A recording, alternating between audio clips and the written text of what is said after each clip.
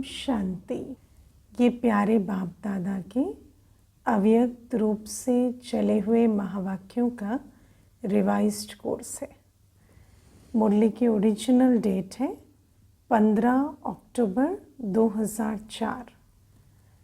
बाबा की मुरली का सार है, एक को प्रत्यक्ष करने के लिए एक रस स्थिति बनाओ, स्वमान में रहो, सबको सम्मान दो।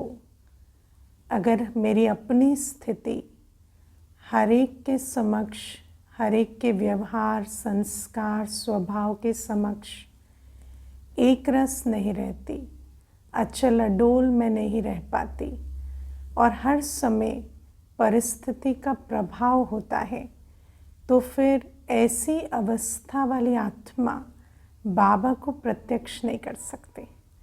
तो बाबा कहते एक बाप को प्रत्यक्ष करने के लिए एक रस स्थिति बनाओ और उसके लिए स्वमान में रहे, हर एक को सम्मान दो। ये नहीं समझो कि वो जैसा मेरे साथ करे वैसा मैं उसके साथ करूं, नहीं, मैं उसके साथ वो करूं जैसी मैं हूँ। तो मैं स्वमान में रहकर, बाबा ने मुझे परिचय दिया है, मैं कौन हूँ, मैं किसकी हूँ, उस स्वमान में रहे मैं हर एक के साथ स्नेह सम्मान का व्यवहार रखूं। आज बाप दादा हर एक बच्चे के मस्तक में 3 भाग्य के सितारे चमकते हुए देख रहे हैं, है ना। बाबा क्या देख रहे हैं? हर एक के मस्तक में 3 भाग्य के सितारे। सब अपने अपने मस्तक को चेक करना। एक परमात्मा पालना का भाग्य हर बच्चे को मिला है। बाबा स्वयं सर्वशक्तिवान मेरी पालना कर रहे हैं, ऊंचे ते ऊंची। दूसरा परमात्मा पढ़ाई का भाग्य, ऊंचते ऊंच टीचर मिला है मुझे, ऊंचते ऊंच पढ़ाई पढ़ा रहे हैं। तीसरा परमात्मा वरदानों का भाग्य, बाबा हमें कितने वरदानों से रोज संपन्न करते, झोली भरते, है ना। इतने वरदान जितने हम बच्चों को मिलते, किसी को ऐसे वरदान मिलते होंगे रोज। ऐसे 3 सितारे सभी के मस्तक बीच देख रहे हैं। आप भी अपने भाग्य के चमकते हुए सितारों को देख रहे हो।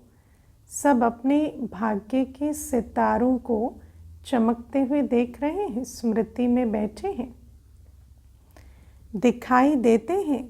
ऐसे श्रेष्ठ भाग्य के सितारे सारे विश्व में और किसी के भी मस्तक में चमकते हुए नहीं नजर आएंगे।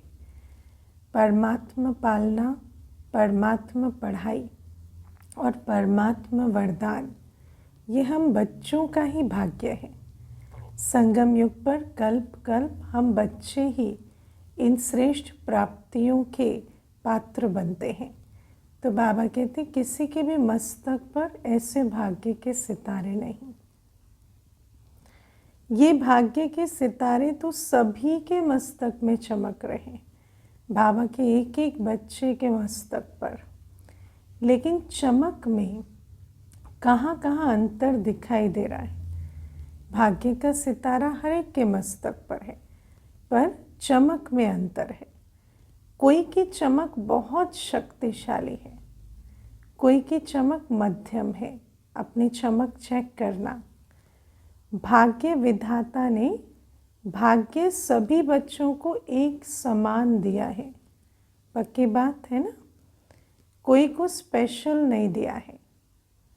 पालना भी एक जैसी, पढ़ाई भी एक साथ और वरदान भी एक ही जैसा सबको मिला है। सारे विश्व के कोने कोने में पढ़ाई सदा एक ही होती है ना। किसी भी विश्व के किसी कोने में बैठे हो, रोज एक ही पढ़ाई, एक ही मुरली, हर बच्चा वही पढ़ाई प्राप्त कर रहा है, उन्हीं वरदानों से झोली भर रही है। हर एक को पालना भी, है ना। जब बाबा की याद में बैठते हैं, या बाबा से जो निमित्त के थ्रू पालना मिलती, वो सबको मिल रही है। ये कमाल है जो एक ही मुरली, एक ही डेट और अमृत वेले का समय भी अपने अपने देश के हिसाब से होते भी है एक ही, है ना। भले टाइम जोन के हिसाब से अलग अलग होता, लेकिन सेम अमृत वेला वही एक ही समय पर रोज़ होता। वरदान भी एक ही है, स्लोगन भी एक ही है। फ़र्क होता है क्या? अमेरिका और लंदन में फ़र्क होता है? मुरली में, वरदान में, स्लोगन में, पढ़ाई में फ़र्क होता है क्या? नहीं। और अमृत वेले जो बाबा पालना देते, उसमें फ़र्क होता है क्या? नहीं, नहीं होता है ना। तो फिर अंतर क्यों है? फिर हर सितारे की चमक अलग अलग क्यों है?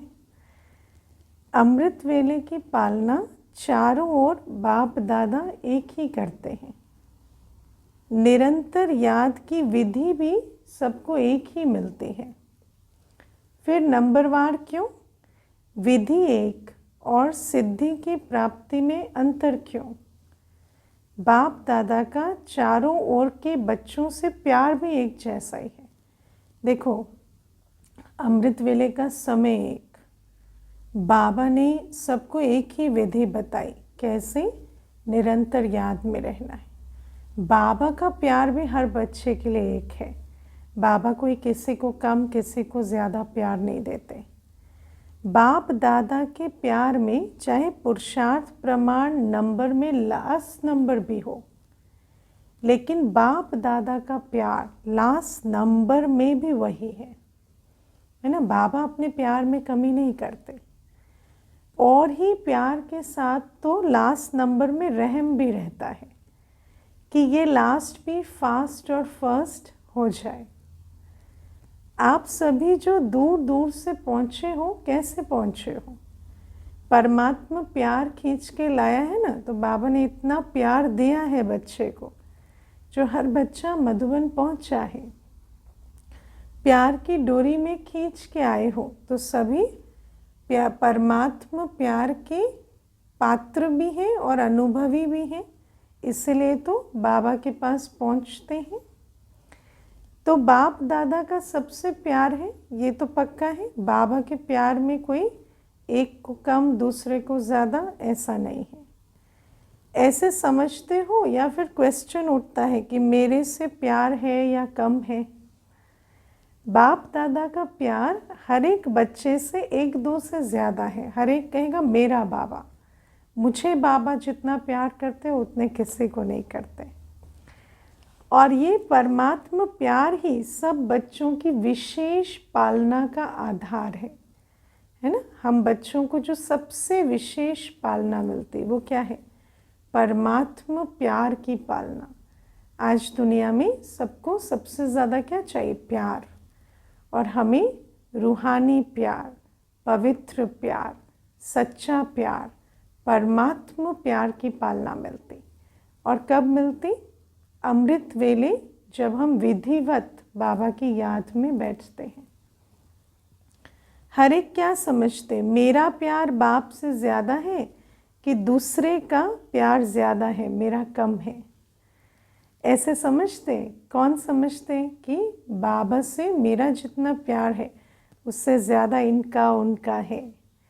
ऐसे समझते हो ना कि मेरा प्यार है, मेरा प्यार है ना। ऐसे अब बाबा के प्यार के लिए तो बहुत कॉन्फिडेंस है कि बाबा का मुझसे बहुत प्यार है, लेकिन अपने प्यार के लिए भी पता है कि मेरा प्यार सबसे ज़्यादा है बाबा से।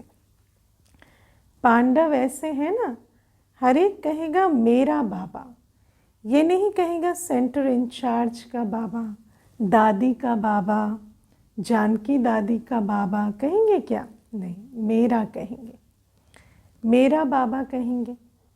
जब मेरा कह दिया और बाप ने भी मेरा कह दिया, बस एक मेरा शब्द में ही बच्चे बाप के बन गए और बाप बच्चों का बन गया। मेहनत लगी क्या? हाँ, बाबा से हमारा संबंध क्या है?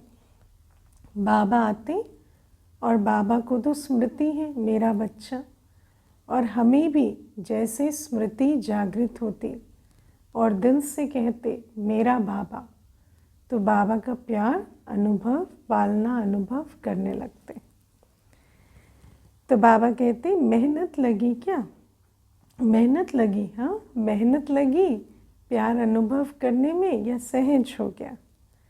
थोड़ी थोड़ी लगी, नहीं लगी, क्या कह रहे हैं? कभी कभी तो लगती है ना, नहीं लगती है? लगती है। हाँ, बाबा कहते हैं बच्चों को कभी कभी मेहनत लगती है बाप का बनने में।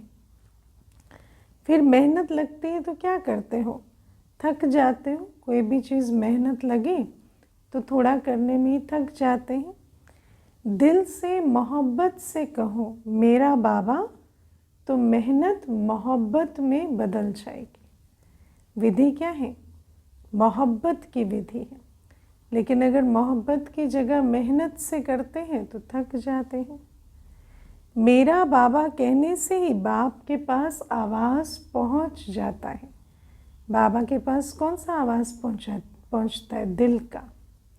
जब दिल से मेरा बाबा कहते ना, तो बाबा के पास आवाज़ पहुंच जाता और आत्मा की भी दिल खुल जाती और उस दिल में फिर बाबा का प्यार अनुभव होने लगता। और बाप एक्स्ट्रा मदद देते हैं, लेकिन है दिल का सौदा, ज़बान का सौदा नहीं है। मुख से कहने की बात नहीं है, दिल की बात है। दिल का सौदा है, तो दिल का सौदा करने में होशियार हो ना। दिल ऐसी है, दिल सच्ची है, दिल है ना, दिल कैसी है? दिल पवित्र है, दिल साफ है, दिल स्वच्छ है। कैसी है दिल? दिल से एक आवाज़ निकलता है मेरा बाबा, सच्चा आवाज़ आता है ना। पीछे वालों को आता है, दिल का सौदा करना आता है। दिल से बाबा को मेरा कहा और बाबा भी एक्स्ट्रा मदद करते हैं, तभी तो पहुँचे हो। लेकिन सबसे दूरदेशी कौन है? अमेरिका। अमेरिका वाले दूरदेशी वाले हैं या बाप दूरदेशी है? अमेरिका तो इस दुनिया में है ना, बाप तो दूसरी दुनिया से आता है। तो सबसे दूरदेशी कौन है? अमेरिका नहीं, सबसे दूरदेशी बाप दादा है। एक आकार वतन से आता है ना। कहाँ से? सूक्ष्म वतन से ब्रह्मा बाप आते। एक परमधाम से आता है, शिव बाबा परमधाम से आते। देखो, दोनों बाप दादा इकट्ठे आते, लेकिन बाबा ब्रह्मा बाबा वतन से आते और शिव बाबा परमधाम से आते। तो अमेरिका उसके आगे क्या है? कुछ भी नहीं है ना। सबसे ज़्यादा दूर से तो बाप दादा आते हैं।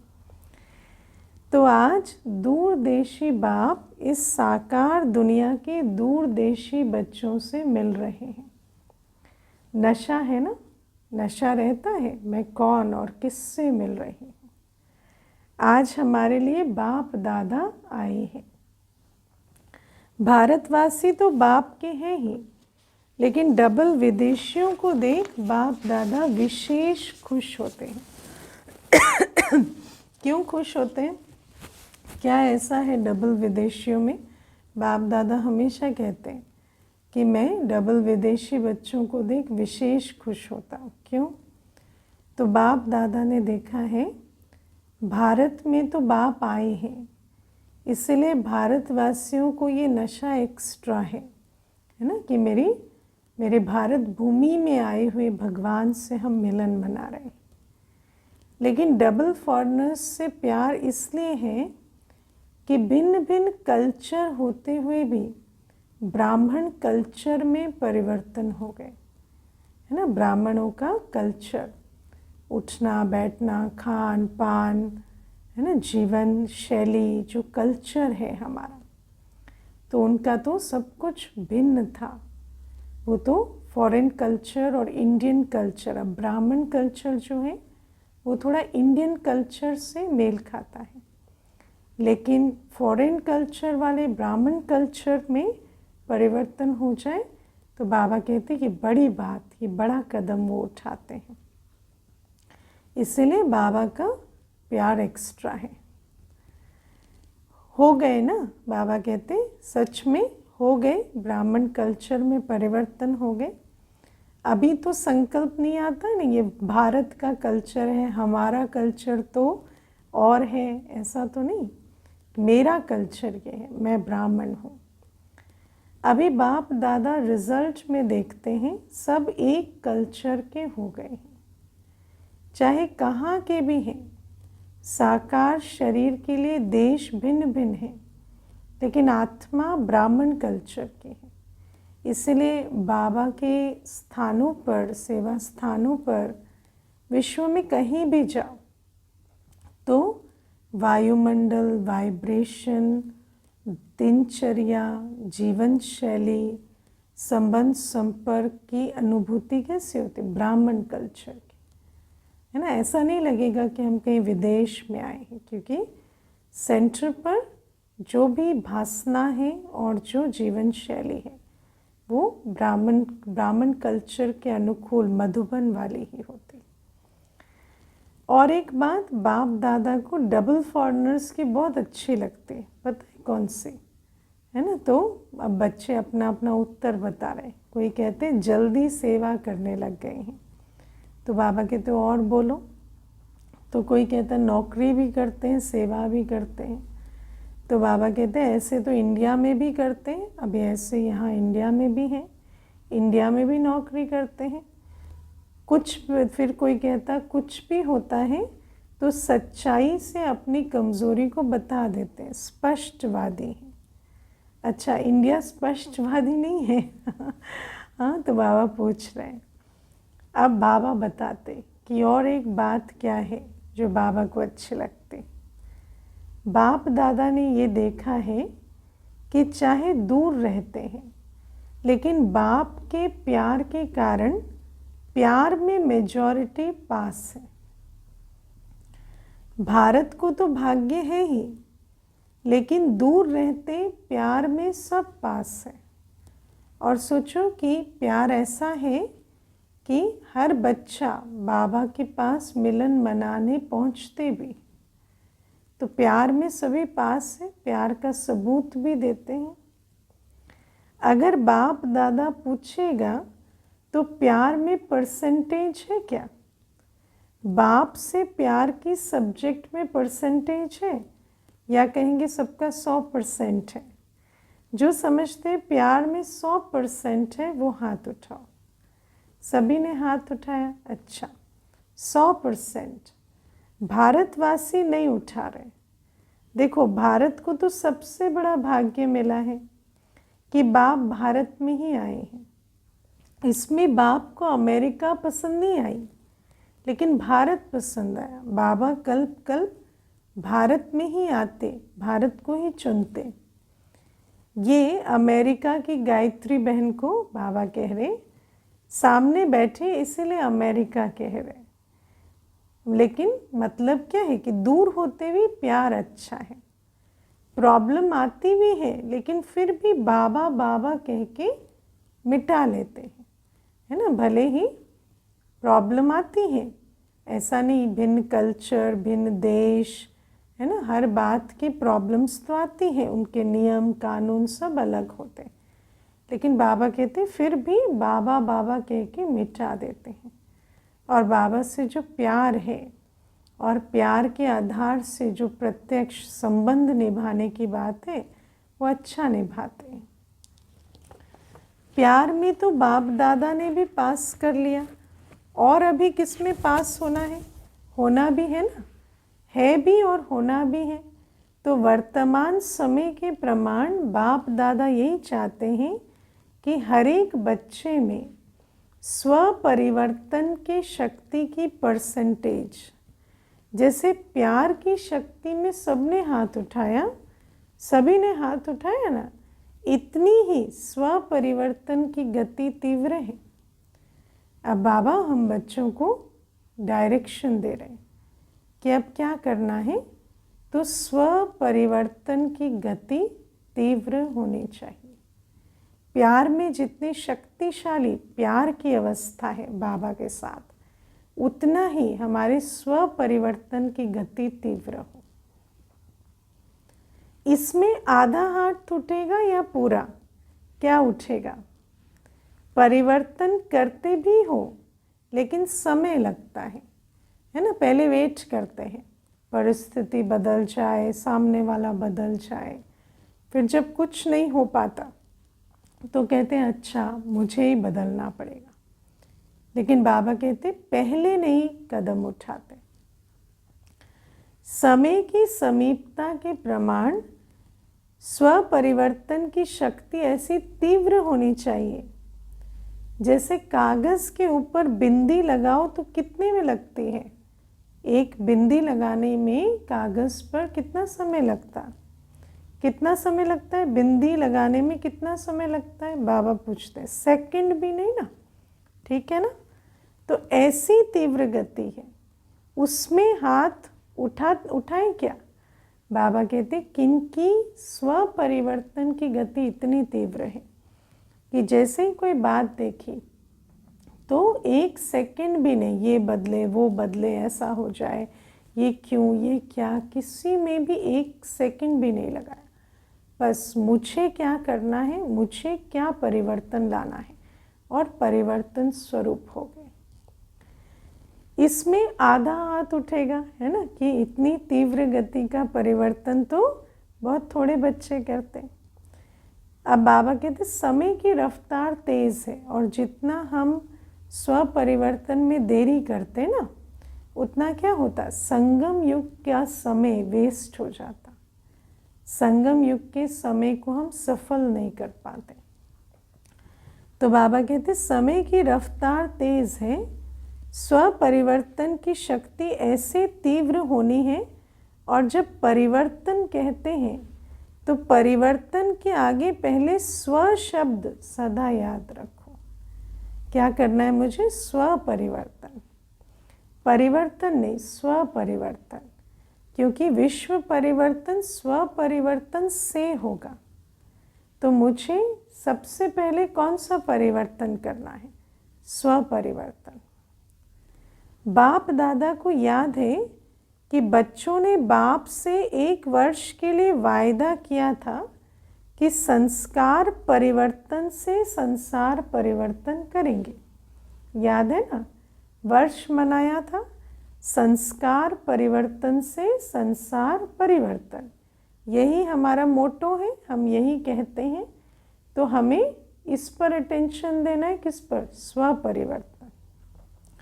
तो संसार की गति तो अति में जा रही है, और अगर संसार की गति दुर्गति की तरफ जा रही है तो इसका मतलब स्व परिवर्तन में बच्चे देरी कर रहे हैं।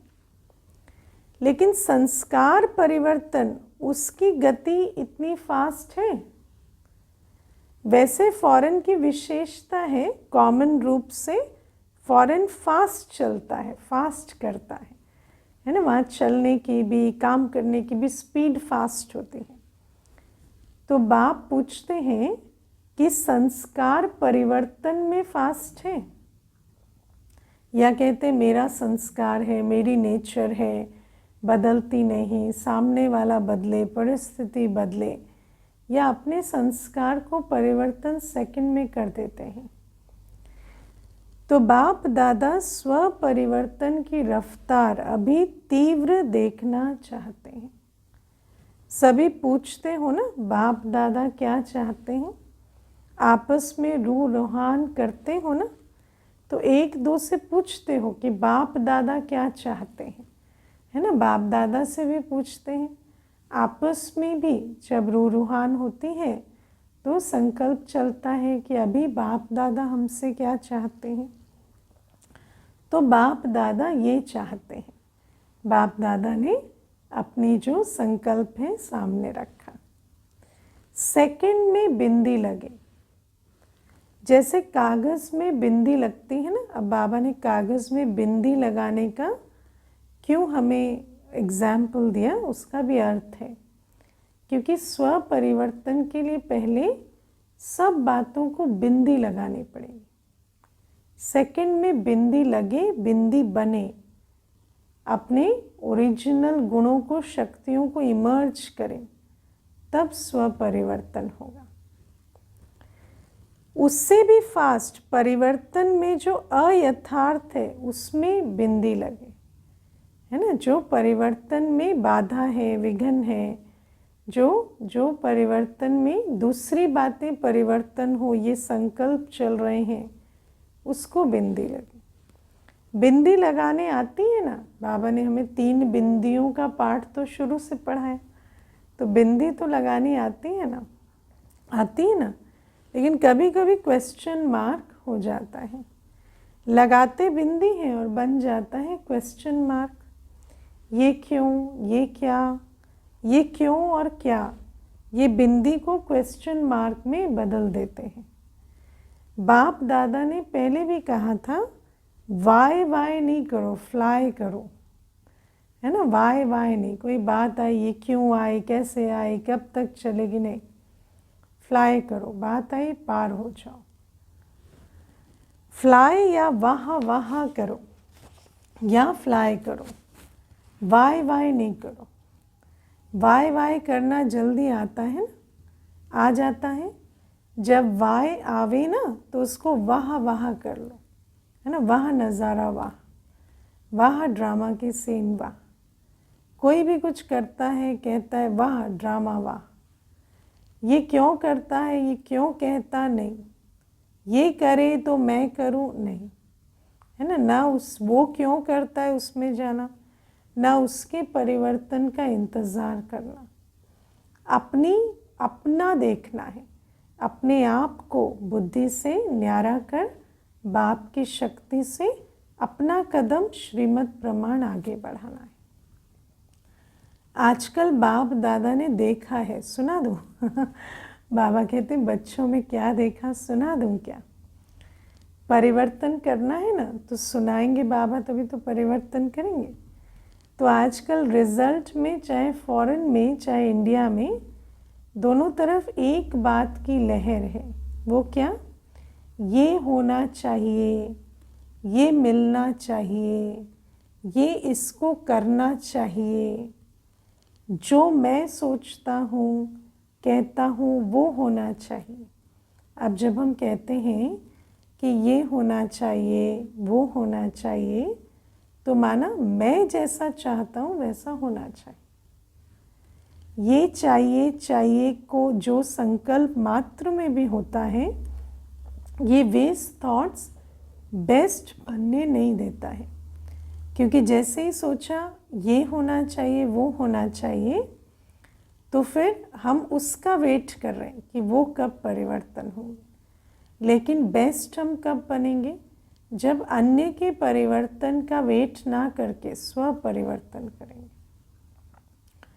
तो बाबा कहते हैं, बाप दादा ने सभी का वेस्ट का चार्ट थोड़े समय का नोट किया है, चेक किया है कि कितने अन्यों के प्रति संकल्प चलते हैं, परिस्थितियों के प्रति चलते हैं कि ये बदलना चाहिए, है ना। उसका बदलना राइट है, मेरा बदलने से कुछ नहीं होगा, उसके बदलना ज़रूरी है।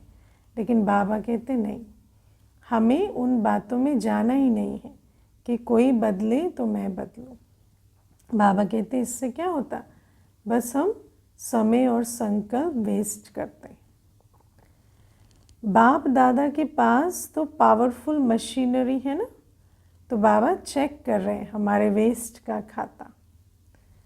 आप जैसा कंप्यूटर नहीं, आपका कंप्यूटर तो गाली भी देता है ना। लेकिन बाप दादा के पास चेकिंग मशीनरी बहुत फास्ट है ना। बाप दादा का कंप्यूटर सिर्फ दिखाता है, ओपिनियन नहीं देता बाप दादा का कंप्यूटर हर बात को दिखाता है कि ये हो रहा है।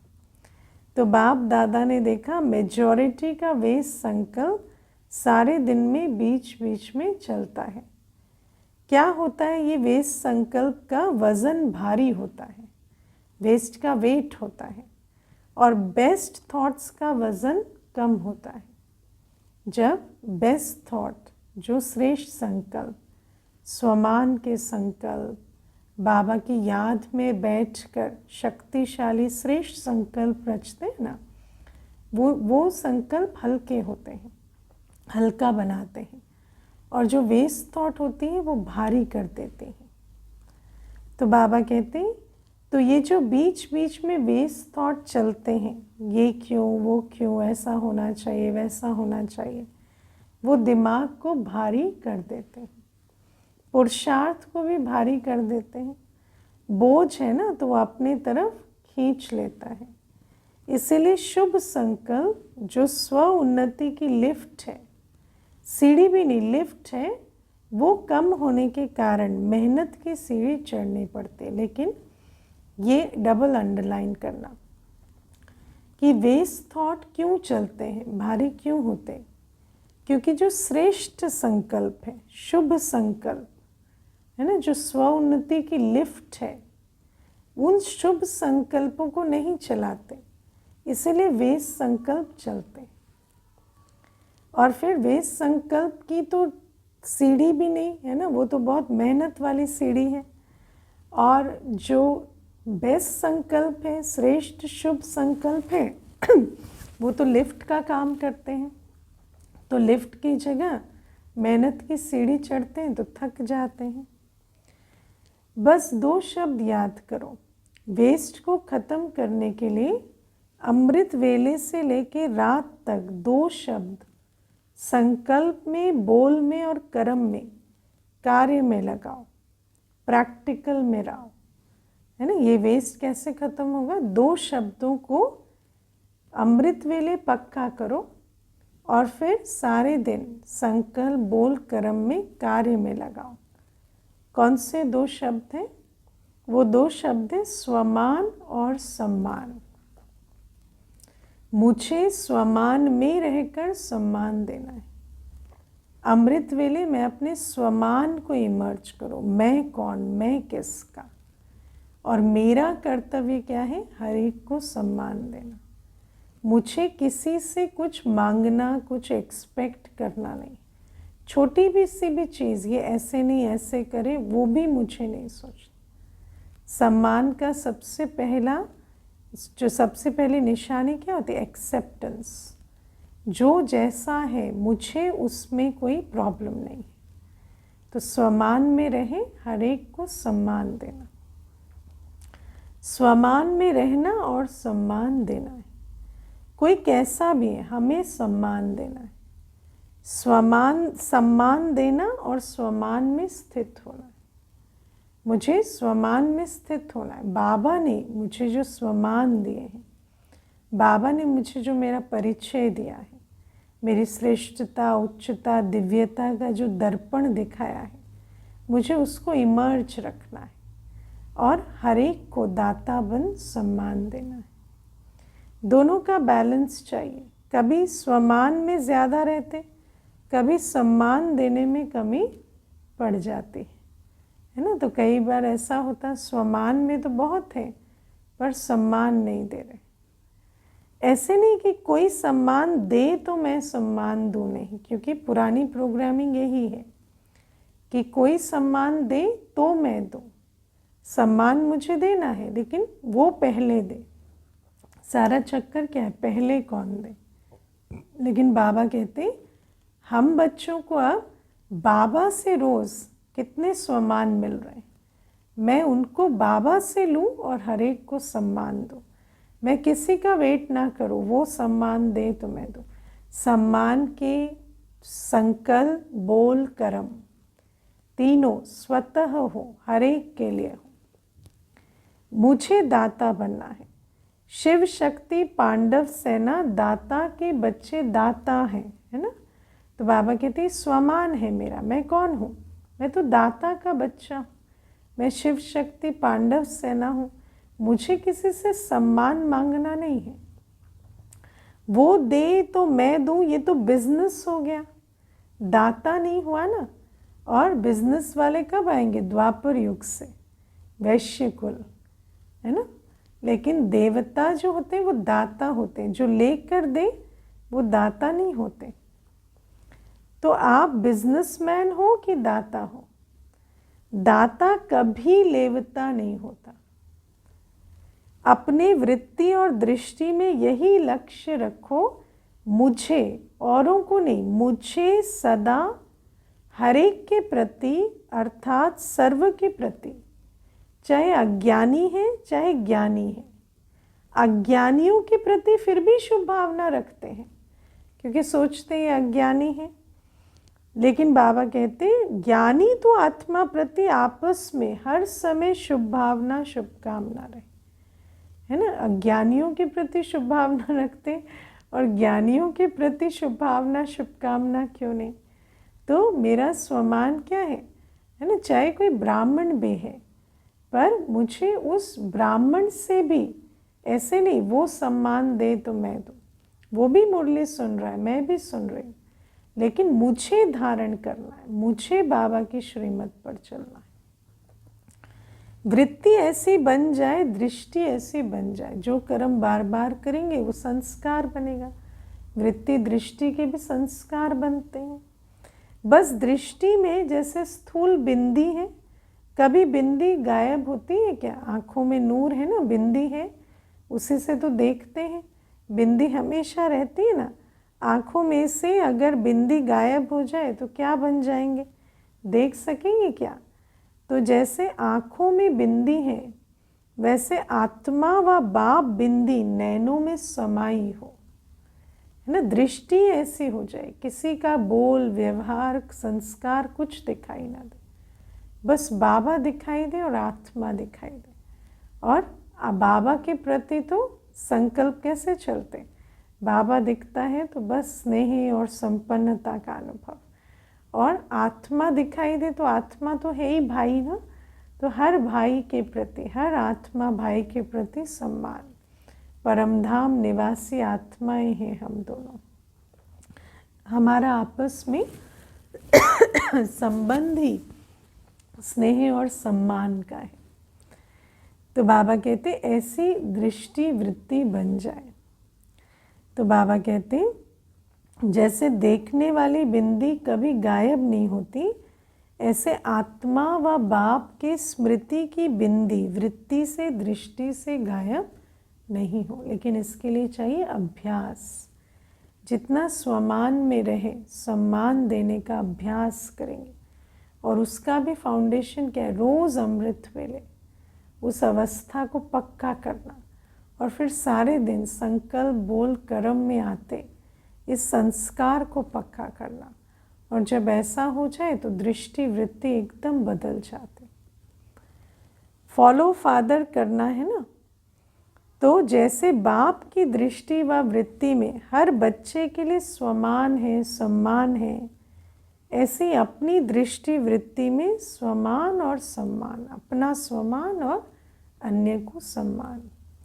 सम्मान देने से जो मन में आता है कि ये बदल जाए, ये नहीं करे, ये ऐसा हो, वो शिक्षा से नहीं होगा। बाबा कहते हैं शिक्षा से नहीं होता, किससे होता है ना, शिक्षा नहीं, सम्मान चाहिए। जहाँ हम करेक्ट करते हैं, करेक्ट की भाषा क्या होती, तुम गलत हो तो वो कहेंगे तुम भी गलत हो। लेकिन जब हम कहते नहीं आप जो हैं जैसे हैं बहुत प्रिय है, बहुत श्रेष्ठ है, तो फिर वो भी कहेंगे आपकी बात भी राइट है। तो बाबा कहते हैं लेकिन सम्मान दो तो जो मन में संकल्प रहता है ना, ये हो, ये बदले, ये ऐसा करे, वो करने लग जाएंगे, है ना। क्योंकि कनेक्शन से करेक्शन होगी, करेक्शन करवाने से करेक्शन नहीं होगी। तो जब हम आत्मिक दृष्टि से देखते, उन्हें बाबा की लाइट माइट से सींचते, तो उनके अंदर भी करेक्शन होने लगते। वृत्ति से बदलेंगे, बोलने से नहीं बदलते। तो क्या करेंगे, स्वमान और सम्मान दोनों याद रहेगा ना, या सिर्फ स्वमान याद रहेगा? हाँ, सिर्फ स्वमान नहीं, मुझे स्वमान में रहना है, लेकिन अन्य को ऐसा नहीं समझना मैं तो स्वमानधारी हूँ, ये अपमान का पात्र है। नहीं, हर एक सम्मान का पात्र है। सम्मान देना अर्थात सम्मान लेना। किसी को भी मान देना समझो माननीय बनना है, क्योंकि सृष्टि का नियम यही है, जो हम देंगे वो वापस आएगा। आत्मिक प्यार की निशानी है दूसरे की कमी को अपनी शुभ भावना शुभ कामना से परिवर्तन करना। हमारी वृत्ति, हमारी शुभ भावना शुभ कामना, उससे उसकी कमी को भर देना, क्योंकि जैसा हम देखेंगे वैसा वो बनते चले जाएंगे। हम जैसी शुभ वृत्ति शुभ दृष्टि शुभ भावना शुभ कामना रखेंगे वैसा शुभ परिवर्तन उनमें आता जाएगा। बाप दादा ने अभी लास्ट संदेश भी भेजा था कि वर्तमान समय अपना स्वरूप मर्सीफुल बनाओ, रहम दिल, है ना। और रहम दिल माना हर आत्मा पात्र है ना। रहम दिल में ये नहीं होता ये पात्र नहीं है, ये ऐसा। मेरी दिल इतनी बड़ी हो कि हर एक आत्मा की झोली हम भर सके, बाबा की प्यार, बाबा की पालना, बाबा की लाइट माइट सम्मान सब कुछ बाबा से लेकर उसे दे सके। लास्ट जन्म में भी आपके जड़ चित्र मर्सीफुल बन भक्तों पर रहम कर रहे हैं ना। हर एक जाते हैं तो लगता है चित्रों से भी उनको बहुत दुआएं आशीर्वाद मिले। जब चित्र इतने मर्सीफुल हैं तो चैतन्य में क्या होगा, तो हर एक आत्मा को हमसे दुआएं शुभ भावना शुभ कामना की अनुभूति हो। चैतन्य तो रहम की खान है ना, रहम की खान बन जाओ। जो भी आवे रहम, यही प्यार की निशानी है। करना है ना या सिर्फ सुनना है करना ही है, बनना ही है। तो बाप दादा क्या चाहते हैं इसका उत्तर दे रहा है। प्रश्न करते हैं ना तो बाप दादा उत्तर दे रहे हैं। वर्तमान समय सेवा में वृद्धि अच्छी हो रही है, चाहे भारत में चाहे फॉरेन में। लेकिन बाप दादा चाहते हैं ऐसी कोई निमित्त आत्मा बनाओ जो कोई विशेष कार्य करके दिखाए। ऐसा कोई सहयोगी बने जो अब तक करना चाहते हैं वो करके दिखावे, है ना। ऐसी आत्मा तैयार करो। सेवा हमारी ऐसी पावरफुल हो कि ऐसी पावरफुल आत्मा निकल कर आए। प्रोग्राम्स तो बहुत किए हैं, जहाँ भी प्रोग्राम्स किए हैं उन सर्व प्रोग्राम्स की सभी तरफ वालों को बाप दादा बधाई देते हैं। अभी कोई और नवीनता दिखाओ जो आपकी तरफ से आपके समान बाप को प्रत्यक्ष करे, है ना। जैसे सफ़ेद वस्त्रधारी ब्राह्मण प्रत्यक्ष करने की लगन में रहते, ऐसा कोई माइक तैयार करो जो उतनी लगन से बाप को प्रत्यक्ष करे। आवाज़ इतना बड़ा हो उनका, पद पोजीशन ऐसी हो कि अनेकों सुने भी और उनके अंदर भी उतनी ही लगन हो। परमात्मा की पढ़ाई है ये मुख से निकले, बाबा बाबा शब्द दिल से निकले, है ना। बाप टीचर सतगुरु को पहचाने, वो बाबा की पढ़ाई के प्रति भी इशारा दे। परमात्मा पढ़ाई है। बाबा की पालना का भी वर्णन करे कि हमें बाबा से पालना मिले। सहयोगी बनते हैं, लेकिन अभी एक बात जो रही हुई है कि यही एक है, यही एक है, यही एक है ना। सब कहते हैं आकर बहुत अच्छा लगता है ना, बहुत वायुमंडल में शांति है, सब कहते हैं। लेकिन यही परम पिता परम शिक्षक है, सर्व का सद्गति दाता है। वो अनुभव कोई बड़ी आवाज़ से व्यक्त करे, ये आवाज़ फैले। ब्रह्मा कुमारियाँ अच्छा काम कर रही हैं, कर सकती हैं, यहाँ तक तो आए हैं, लेकिन यही एक है और परमात्म ज्ञान है। बाप टीचर को पहचान कर यही परमात्म ज्ञान है, यही ज्ञान सद्गति देने वाला है। ये माइक तैयार करो, बाप को प्रत्यक्ष करने वाला बेधड़क बोले। आप बोलते हो परमात्मा कार्य करा रहा है, परमात्मा का कार्य है, लेकिन वो कहे कि जिस परमात्मा बाप को सभी पुकार रहे हैं वो ज्ञान है ना। हम तो कह रहे हैं तो हमें कहते हैं आप तो उनके ही हो तो आप कहेंगे ही, लेकिन वो कहे कि जिसे मैं आज तक पुकार रहा था ये वही है, तो वो उनमें से है ना, बाहर वालों में से, तो उनको लगेगा कि हाँ जब ये कह रहे हैं तो होगा। अभी ये अनुभव करो जैसे आपके दिल में हर समय क्या है, बाबा बाबा बाबा। ऐसे कोई ग्रुप निकले जो परम पिता परम शिक्षक की पहचान रखे, ना संबंध बाबा से अनुभव करें। अच्छा है, कर सकते हैं, यहाँ तक तो ठीक है, परिवर्तन हुआ है, लेकिन लास्ट परिवर्तन है एक है एक है एक है, यही एक हट्टी है। वो होगा जब ब्राह्मण परिवार एक रस स्थिति वाले हो जाए। अभी स्थिति बदलती रहती है ना, वहाँ से एक आवाज़ क्यों नहीं निकलता? क्योंकि हमारी स्थिति एक रस नहीं, एक रस स्थिति एक को प्रत्यक्ष करेगी। ठीक है ना, ये बाबा ने रूहानी नियम समझा दिया। तो डबल फॉरनर्स एग्जाम्पल बनो, सम्मान देने में, स्वमान में रहने में एग्जाम्पल बनो, नंबर ले लो। चारों ओर जैसे मोहजीत परिवार का दृष्टांत बताते हैं ना, जो चपरासी भी नौकर भी सब मोहजीत है ना, ऐसी कहानी सुनाते हैं। वैसे कहाँ भी जाए, अमेरिका जाए, ऑस्ट्रेलिया जाए, हर देश में एक रस एक मत, स्वमान में रहने वाले, सम्मान देने वाले, इसमें नंबर लो, है ना। कल्चर तो सेम हो गया, लेकिन अवस्था भी सेम हो जाए, ले सकते हैं ना। अच्छा, चारों ओर के बाप के नैनों में समाये हुए, नैनों के नूर बच्चों को, सदा एक रस स्थिति में स्थित रहने वाले बच्चों, सदा भाग्य का सितारा चमकने वाले भाग्यवान बच्चों को, सदा स्वमान और सम्मान साथ साथ रखने वाले बच्चों को, सदा पुरुषार्थ की तीव्र रफ्तार करने वाले बच्चों को बाप दादा का याद प्यार, दुआएं और नमस्ते।